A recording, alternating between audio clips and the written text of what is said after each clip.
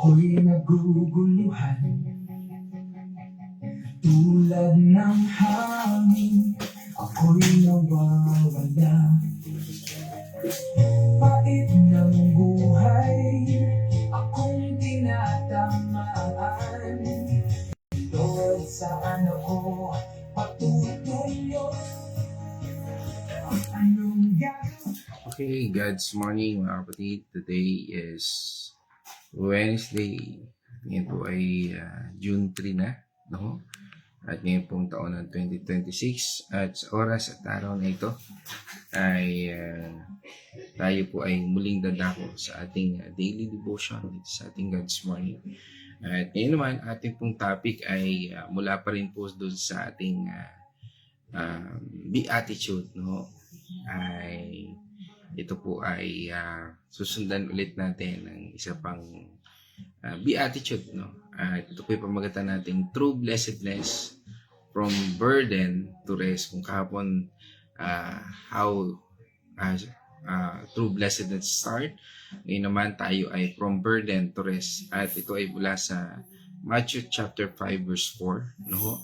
At sa atin pong pagpapatuloy ay babasahin po natin ang ating talata mula sa Amplified Version, no, ng Matthew 5 verse 4. At ang sabi rito, blessed, ibig sabihin po nun, forgiven, refreshed by God's grace, no, are those who mourn. O ito po ibig sabihin over their sins and repent, no. Yan po yung sinasabing mourn doon, no, sa ating kasalanan at sa ating mga pagsisisi, no. At sabi doon sa susunod is, for they will be comforted. No? Ito po yung sinasabi doon sa when burden of sin is lifted. No? Kapag na-expose ang kasalanan. At ito po ay ating pag-aaralan ngayon. At ngayon, sa ating pagsisimula, tayo po ay manalangin. O manaming Diyos na makapangyarihan, salamat po Panginoon for exposing, Lord, ang mga bagay nito upang kami ay maging karapat-dapat sa iyong harapan. Salamat Panginoon na tinuturuan mo kami na maging tama ang aming isip, pananaw at ang aming puso. Tulungan mo kami, Panginoon, na mabago ang aming puso at bigyan mo kami ng lakas upang mapagtagumpayan ang anumang kasalanan na dapat po namin isuko sa iyo. Again, Lord, inaamin po namin, Panginoon, na kami ay makasalanan at ninanais po namin, Panginoon, nagabayan niyo kami sa iyong turo at iyong paggabay sa pamamagitan ng iyong banal na Espiritu. Samahan niyo po kami, Panginoon, at ituro sa amin ang tamang landas. Again, Lord, speak to my vocal cords, none of me and all of you. And this I pray in the name of our Lord Jesus Christ. Amen. Okay, dito po sa ating binasang talata, ano, sa Matthew chapter 5 verse 4, no, kapag narinig po natin ang salitang magdalamhati o mourn, no, madalas po na naiisip natin na ang salitang ito ay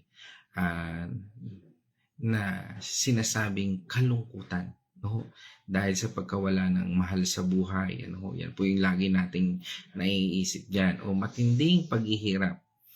At sa pananaw ng mundo, paano ba magiging mapalad, no? Parang taliwas no? Sabi nga, paano nga ba magiging mapalad o blessed, no, ang taong malungkot, no? Ikaw kaibigan, kung ikaw ngayon ay malungkot, no, dahil sa mga bagay na ito, o nalulungkot, no, dahil hindi natin nagagawa kung minsan ang will ng Lord sa atin, no, ay para sa atin po ang mensahe nito. Okay, so ating tunghayan. Kung kahapon po ay pinag-usapan po natin ang pagpapakumbaba, no, yan po yung sinabing start ng true blessedness, no. Ngayon naman po ay tatalakayin po natin ang pusong sabi nga ay marunong makaramdam ng bigat ng kasalanan. Ikaw ba ay parang normal na lang sa iyo yung kasalanan? O kapag nakakagawa ka ng kasalanan, nagkakaroon ka ng kabigatan? No? Ating puntong ngayon ito at ating alamin at kung paano ito nagiging daan upang maranasan ang tunay na kapahingahan, no? Sabi nga po, maaari pong gamitin yan ng ating Panginoon. Alalahanin po natin, no? At kahapon nabanggit din natin ang ating Panginoong Hesus ay nagturo sa bundok, no? Hindi sa templo. doon po sa harapan ng mga karaniwang tao, no, binago niya ang pananaw ng bawat nakikinig. At sa panahon natin ito, ngayon din, nangungusap ang ating Panginoon Jesucristo sa ating lahat.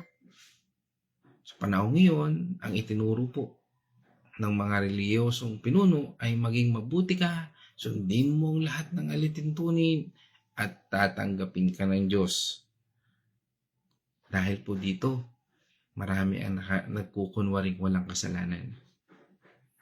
O kaya naman ay ipinagmamalaki na mas mabuti sila kaysa sa iba. Ngunit itinuturo po ito ng ating Panginoong Hesus na ang tunay na simula ng pagpapala ay kapag kinikilala natin ang tunay na kalagayan. Ano nga ba tunay na kalagayan natin? Huwag po tayo magbulag-bulagan. No. At kung tayo ay patuloy na maninindigan sa kung ano ang tinuturo sa atin ng Panginoon, na tayo po ay makasalanan at nangangailangan ng Diyos. Tulad po ng sinasabi ni Propeta Isaias na binabanggit din po sa talatang ito, no, na ang misyon ng Mesiyas ay upang aliwin ang mga nagdadalamhati. Kung tayo ay nahihirapan umalis, no, o nahihirapan, bakit pa itong kasalanan ito ay paulit-ulit sa buhay natin? Bakit ba ako'y Kristiyano na pero nakakagawa pa rin ako ng mga bagay nito? Kaya nga sabi doon sa Isaiah chapter 6 verse 12, nakatulad nito, ito po yung mission ng ating Panginoong Jesucristo, to proclaim the favorable year of the Lord and the day of the vengeance of God, to comfort all who mourn. At ito po ang unang hakbang patungo sa kaginawahan. Kaya nga po kahapon, pinag-usapan din natin na kailangan natin suriin yung ating mga puso at isipan. Mayroon bang mga nakatagong kasalanan dyan? Ano nga po ba ang ibig sabihin ng pinagpala? Kahapon, binanggit din po natin ito. No, nasabi nga po doon, sa Greek word, ito ay makarios. Gaya po ng ating pinag-aralan kahapon, ito po ay hindi lamang simpleng kaligayahan na nakadepende sa sitwasyon. Ang tunay na kahulugan po nito ay espiritual na masagana. Ibig sabihin po, pinapaboran ng Diyos. Nakikita po natin yung favor ng Lord. Hindi pinipilit because of self-proclamation. May kapayapaan at hindi matitinag. At tinatamasa natin ang kabutihan ng kanyang presensya. Ang pagpapalang ito po ay hindi nawawala kahit dumaan sa pagsubok. Ito ay isang kalagayan ng puso na nagmula o nagmumula sa katotohanang tayo ay pinatawad na, tinanggap na, at ngayon ay inaalagaan na. Under custody tayo ng ating Ama na nasa langit. Hindi under custody ng Senate o nung kung ano pa mang custody ng mundong ito. Hindi under custody tayo ng ating Panginoon Diyos. At huwag natin gagamitin na ang mga bagay na ito, sabi nga ng ating pag-aaral, no? Nung last Monday, pinag-aralan po namin yung Ten Commandments. Hindi natin dapat gamitin ang pangalan ng Diyos kung ito ay makasisira sa Kanya o hindi makapagbibigay ng kalulatian sa Kanya. Kaya nga, we need to mourn. Kaya nga po dito sa ating paksa ngayon, no? Ito rin po ay katulad ng ating pagdadalamhati kung tayo ay nawalan ng mahal sa buhay. Sa buhay din, sa ating katatayuan, we need to mourn. Sino ang tinutukoy dito? Sabi nga po doon sa Greek word nito, no? Ang Greek word po niyan is penteo, no? Sa wikang ito ng Greek, no, ay tumutukoy sa matinding pagdadalamhati o pagkakabahala. Hindi dahil sa nawalan ng ari-arian o mahal na mga mahal sa buhay, kundi dahil sa bigat ng kasalanan at pagkalayo sa Diyos. Na kung ikaw, hindi mo nagagawa yung tama at sa tingin natin ay um, pinagagawa sa atin ng Panginoon, no? We need to mourn. Hindi ito pagdadalamhati dahil nahuli tayo o dahil may parusa na, na matatanggap tayo. Ito po ay ang dalisay na kalungkutan ng puso. Dahil, una, nakikita mo ang kabanalan ng Diyos. Sa ibang ginagawa, nakikita mo yung kabanalan ng Diyos. Kinikilala mo ba ang iyong kasalanan ay nakakasakit sa ating Panginoon Diyos at umahad lang sa ating relasyon sa Kanya? Kung meron pong ganyan na nakahad lang sa relasyon natin sa ating Panginoon, kumusta ang katatayuan? Are you mourn? Nais mo bang mabago o manumbalik sa ating Panginoon? Yung siya ang Diyos ng buhay natin. Minsan nakala po natin okay lang tayo. Dahil hindi naman tayo nakakagawa ng malaking kasalanan kumpara sa iba. We compare ourselves to other person. Pero ang pagdadamahating tinutukoy po dito ay ang pagsasabi ng puso natin mismo. No? Na pagsasabi natin sa Kanya na, Panginoon, kahit sa tingin ng tao ay maayos ako, alam kong may salita, isip, at gawa akong hindi kalugod-lugod sa iyo. Hinihiling ko po ang iyong pagkilos sa aking buhay. Yan po yung dalangin natin sa ating Panginoon Diyos na alam natin sa isip, sa salita, meron tayong nagagawang mali. And we stop comparing ourselves to others na mas malaki naman yung kasalanan nito kaysa sa akin. Kaya sa tingin ko mas okay naman. Hindi ganoon eh. Ang ating relasyon sa Panginoon ay personal. Meaning, alam ng Diyos kung ano ang isipan at puso natin. Pero hindi rin po ito ang pagkondena sa sarili natin na nagsasabing wala na akong pag-asa. Hindi rin po yun. Ito ay ang tapat na pagkilala na kailangan natin ang pagbabago at tulong ng Diyos sa buhay natin. At lahat tayo, kailangan po natin yan. Dahil nandun po ang pangako ng ating Panginoon Diyos. Sabi nga doon sa ating binasang talata, they will be comforted. Kung aaminin natin, kung tayo ay magpapakumbaba sa Panginoon, they will be comforted. Tayo po daw ay kanyang aalimin. Yan po yung sa Greek word na parakleo. Dito po ay, sabi nga ay malapitan, aalalayan, ibig sabihin po niyan, bibigyan po tayo ng lakas at palalayain sa bigat. Gusto mo bang makalaya sa iyong mga nararamdaman upang tayo ay tunay na makapaglingkod sa ating Panginoon? Upang maranasan natin ang pagkilos ng Espiritu sa ating buhay.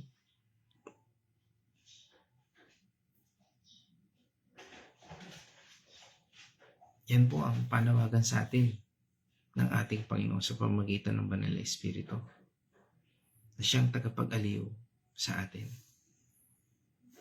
Ang Banal na Espiritu na siyang nananahan sa atin, na siyang nakikita ang karumihan ng isipan at puso natin. At minsan, ang katamaran natin sa pagsunod sa ating Panginoon.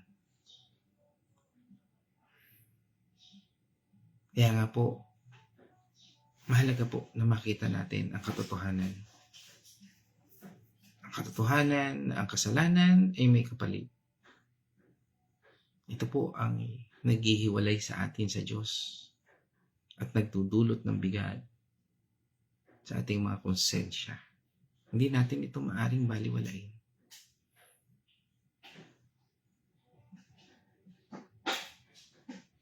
Bagamat ang biyaya ay nandiyan,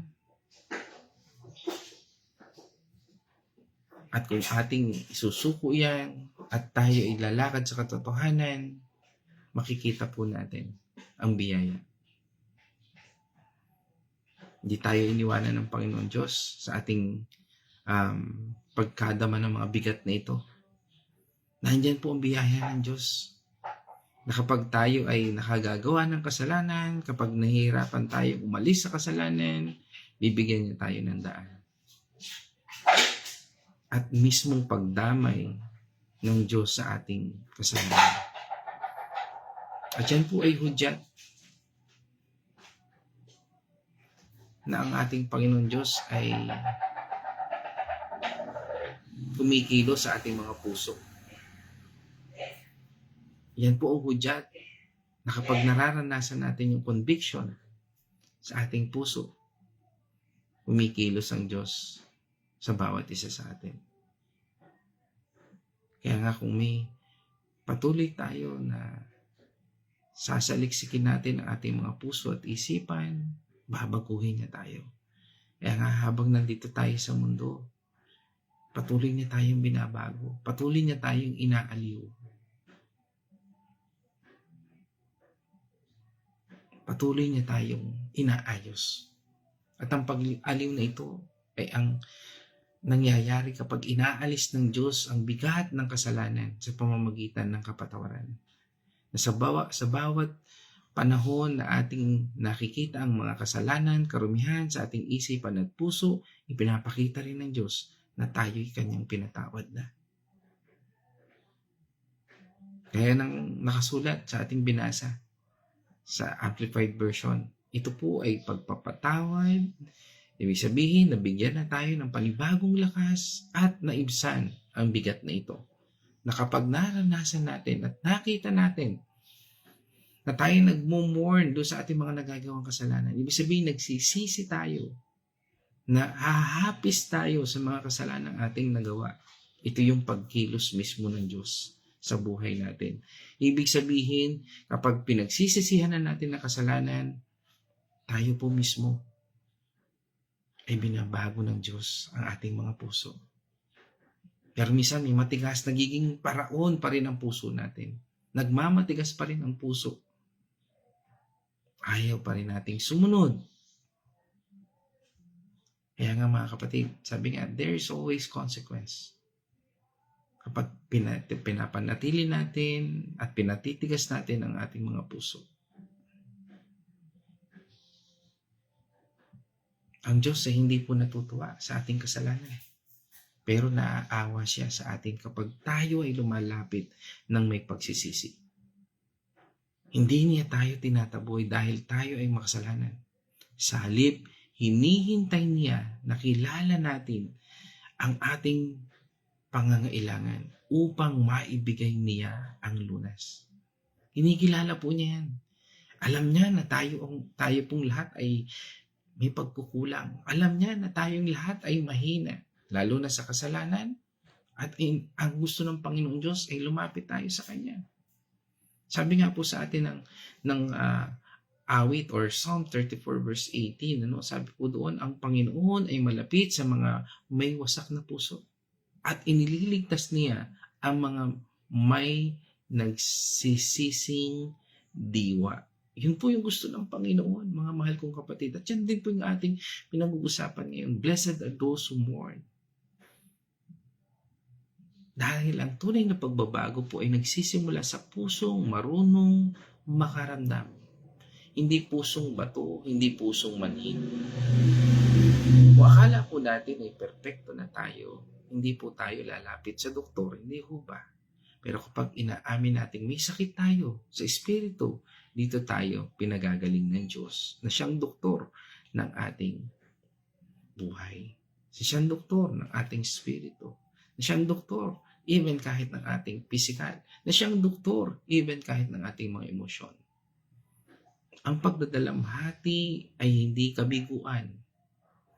Ito ang unang hakbang patungo sa paghilom ng mga sakit na ating nararamdaman. Paghilom ng mga pait ng ating mga puso. Ang kaginhawaan ay regalo, hindi kabayaran. Hindi tayo pinatawad ng Panginoon Diyos dahil nagdadalamhati tayo. Sa halip, ang pagdadalamhati po ay nagbubukas lamang ng ating mga kamay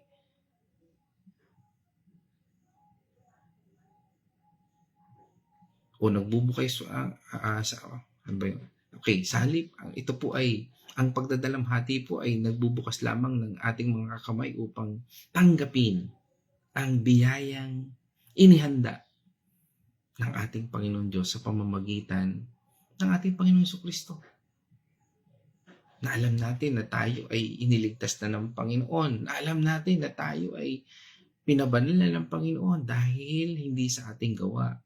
Hindi dahil sa ating kabaitan, kundi dahil sa ating Panginoon Diyos.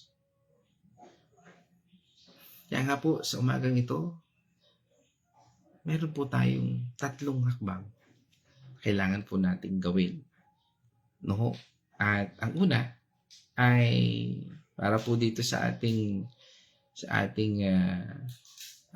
hakbang na ito, no?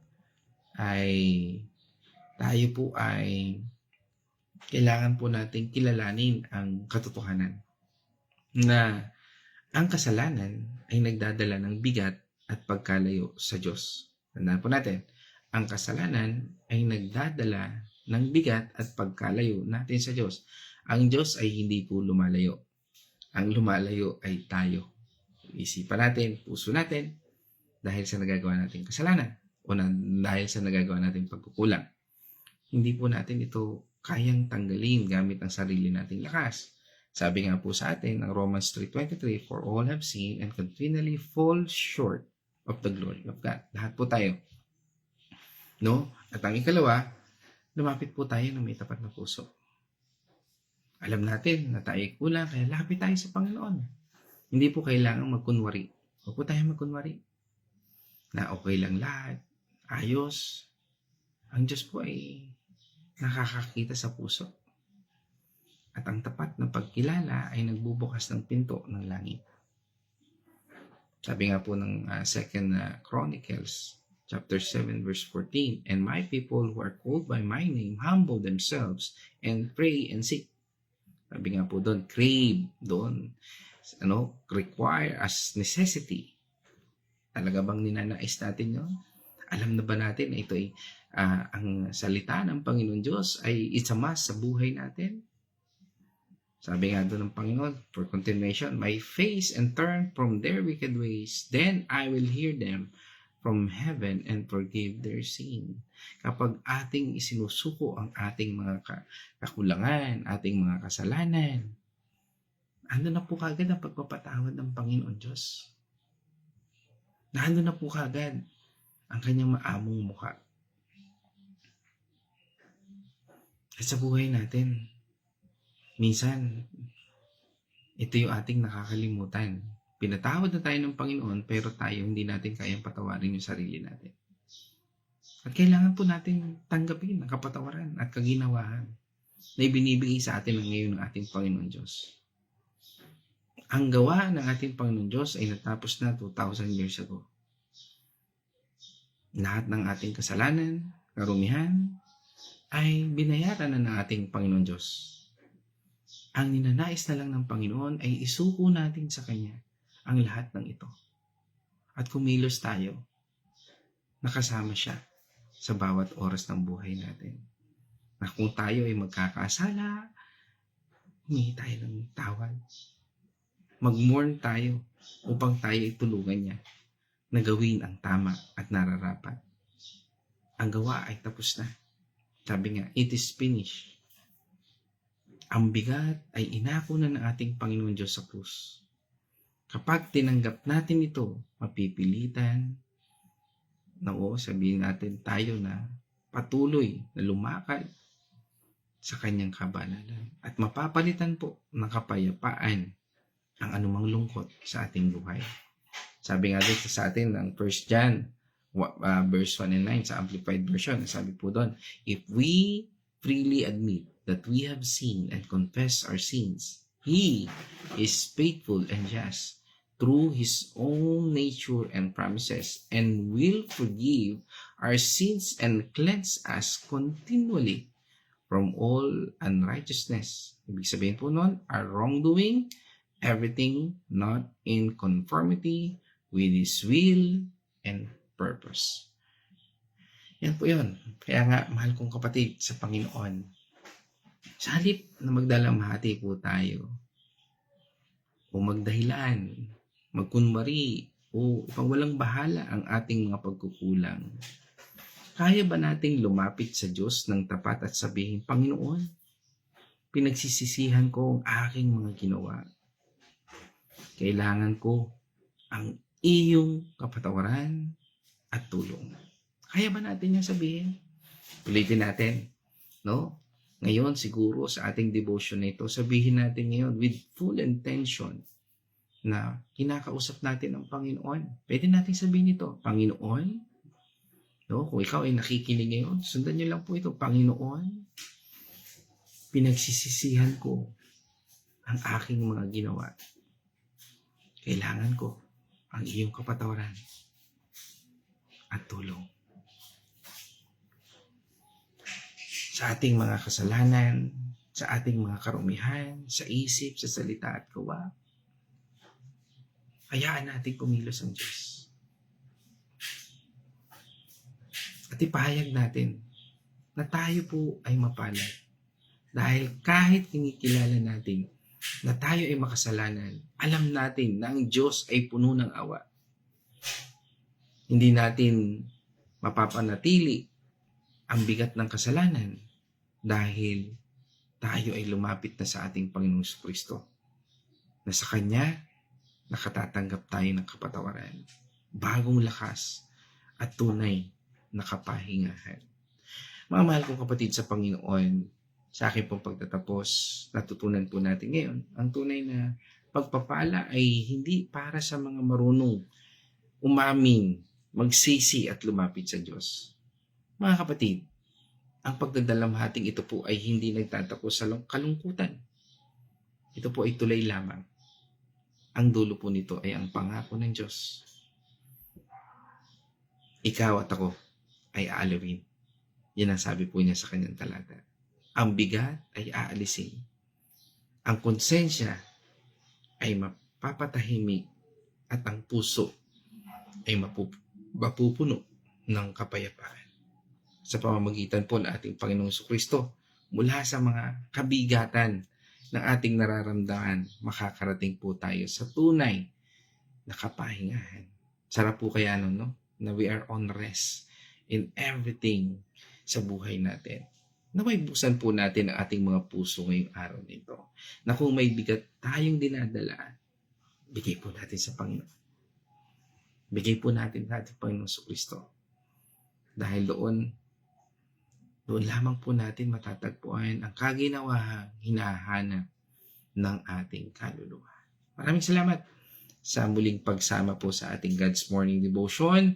Mga mahal kong kapatid, at pagpalain po tayo at magkaroon po tayo ng magaan at payapang araw sa presensya ng ating banal na Diyos Ama, Anak, at Banal na Espiritu.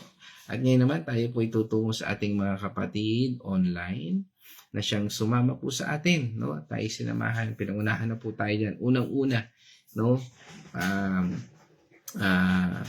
Siyempre, ang una yung aking wife, no, dahil siya po nag-aalarm, no? At siyempre yan. At yan, kasama rin po natin, pero dito sa comment section natin, ano ho, ay kasama po natin si Pastora Pe Andal from Barangay San Roque, dyan sa South Midos, no ho. Yan, pagbati po natin sa Andal Aprillaga family, sa buong kanila, saan mang sulok ng mundo, sa inyo pong angkan, ano ho. Sa mapagpalang umaga pa, Pastora Pe. Yan, at kasama rin po natin ang aking kapatid from Santa Rosa, Laguna. Yan, kasama rin natin ang aking kapatid na si Caroline. At syempre, pagbati ko na rin sa aking anak na nandyan sa Santa Rosa. Yan, kay Casey Mercado. At ganoon din sa aking mga pamangkin dyan. Kay Princess, kay Shai, kay Jello, kay CJ, no? Yan, at kay Sian, sa dalawang CJ na nandyan. Okay. At pagbati rin po natin sa ating kapatid from Villa Escudero. Ano ho? Yan, yan, sinundan po yan ng Patual family. Yan, sa pamumuno po ni Naiwing Patual, yan, kasama po natin, at pagbati rin natin kay Ate Lisel, no? Yan, at at sa inyong buong pamilya. At sinundan po yan, nandito sa comment section ko, ang aking wife. Yan, nauna ko nang nabati. Yan, at ang aking nanay, na nandito lang din sa aking tabi. Gusto mo mag-reflect? Okay, so yan, at sa ating kapatid naman from Bacolod City, kasama po natin ang Pios family, si Kuya George Pios. Isang mapagpalang umaga po, Kuya George, sa inyo. At from Dolores, Quezon, no, ay kasama rin muli natin si Tatay Victor and ITC Dalangin. Isang mapagpalang umaga po sa inyo. Yan. At sino pa? Yan, from Bulacan, Chao, kasama po natin si Kuya Chris Artillaga, ganun din si Nay Marta, si Nay Gori, Nay Lina, kay Yasel, at kay Inigo. Yan, sa mapagpalang umaga po sa inyong buong pamilya dyan po sa Bulacan, Chao. Yan, at sino pa? Yan, kasama rin po natin si Honey Dipog, yan, from Pampanga. Isang mapagpalang umaga sa iyo dyan, ate. At kasama rin po natin ngayon from Makati City, si Sister Babes Rian Sares. Yan, at kanyang pamilya from Bulacan. Isang mapagpalang umaga po sa inyo dyan sa Makati City at sa Bulacan, Santa Maria. Yan. At sino pa ba? Yan, kasama rin natin from Barangay Santo Niño. Kasama po natin si Nanay Josephine Maranan. Isang mapagpalang umaga po sa inyo. Yan, sa inyong lahat. At sino pa ba? Yan, kasama rin natin ngayong araw na ito from Dolores, Quezon. Yan, kasama po natin si Nay Remy Alinea. Isang mapagpalang umaga po, Nay Remy. Yan, kita-kita ulit tayo mamaya sa ating Bible study. Exodus chapter 21 na po tayo. Yan. At kasama rin po natin ang Biray family. Yan, si Sister Grace and Brother Mike. Siyempre, pagbati rin natin kila Miko, kay Carl, at kay Ellie, at sa Magali, kay Dion, and sa aking inaanak na si Butchay. Sa mapagpalang umaga po sa ating lahat diyan. At ganun din, pagbati natin sa ating kapatid from Carmelite naman, no? Ang Azucena Tanyo. Yan, kasama natin sila paring Arthur at si Kumaring Lex. Siyempre, pagbati rin natin sa mga kiddos na nakikinig dyan kay Pau at kay Julie, no? At ganun din sa aming inaanak na si Tyrone at si Janessa, yan, sa Barangay Concepcion. Yan, kasama rin po natin ito. Yan, nabanggit ko na rin kanina si Ate Lisel Dalangin. At from Santa Rosa, Laguna, kasama natin si Kuya Rick Sumar, no? Yan, Ramos, yan. Isang mapagpalang umaga po sa inyo, Kuya Rick. At yan, God bless po. Sino pa? Yan, from USA naman, kasama po natin muli ang ating kapatid from nasa Canada yata sila ngayon. Yan. Yan, ang Daw family. Yan, at yan, kasama po natin si Nars Abby, ano? Nars Abigail Daw. Isang mapagpalang umaga sa iyo, kapatid. Yan, at sa lahat dyan, at enjoy your vacation, no? At purihin ang ating Panginoon Diyos. At ngayon, dyan po tayo nagtatapos. I'm hoping na lahat ay nabanggit ko. At tayo pong lahat ay mag-ingat sa ating mga patutunguhan, no? At sa ating pong pagtatapos, tayo po ay manalangin. O maraming Diyos na makapangyarihan, nagpapasalamat po kami sa oras at araw na ito sa iyong patuloy na pagbibigay ng lakas, patnubay at gabay, at kung paano po namin tingnan ang aming mga sarili. Lord, salamat dahil tinuruan mo kami, Panginoon, na mag-self-reflect, Lord, na kami ay manangis sa aming mga kasalanan, sa aming mga kakulangan sa iyo. Lord, salamat Panginoon dahil hindi mo kami ginagantihan, but bagkus Panginoon, binibigyan mo kami Panginoon ng solusyon upang gawin namin ang tama ng naaayon sa iyong kalooban. Kaya Panginoon, sa puntong ito, nais po namin magpuri at magpasalamat sa iyong kabanalan at sa iyong grasya at sa iyong awa, Panginoon, sa aming lahat. Kaya Panginoon, sa amin pong patuloy na pagpupuri at pasalamat, pinasasalamatan din po namin ang kagalingan, O Lord, hindi lang po Panginoon paghilom ng aming mga kalungkutan. Ganun din, Panginoon, ang paghihilom, Panginoon, sa mga sakit, karamdaman ng bawat isa, ng bawat nakikinig ngayon. Lord, naniniwala po kami na ang iyong kagalingan ay inilapat mo na sa bawat isa sa amin. At ang iyong oras, panahon, at lahat ng sitwasyon sa aming buhay ay perpekto. Na walang makakahadlang po dito dahil ikaw ang Diyos na siyang nagpo-provide, ikaw ang Diyos ang siyang aming kinakalungan. Again, O Lord, sa lahat ng ito, salamat po sa pangalan ng Ama, ng Anak, at ng Banal na Espiritu. At ito po ay aming dalangin sa pangalan ng aming Panginoon tagapagligtas na si Yesu Cristo. Amen and amen. Mga kapatid, let us shout the shout of victory. Christ has died. Christ has risen. Christ will come again. And together, we are for Christ. Amen. God's morning, everyone. Sa laban ay bumigay ngunit hindi matitinag sa laban ng buhay. Hawak ang katotohanan, ikaw ang gabay. Espada ng salita, kalasag ng pananampalataya. Sa bawat kabalan, tagumpay ang hatid mo, Ama. Sa inang Kadiliman, iligtas ang naliligaw. Sa espada ng tulasa, kami nanalo. Panalangin namin hiyaw sa digmaan. Tinig mong banay at nagbibigay lakas at aral. Katawan mo ang maaaring pananggalang. Ikaw ang kaligtasan, sa iyong kamay ang tagumpay.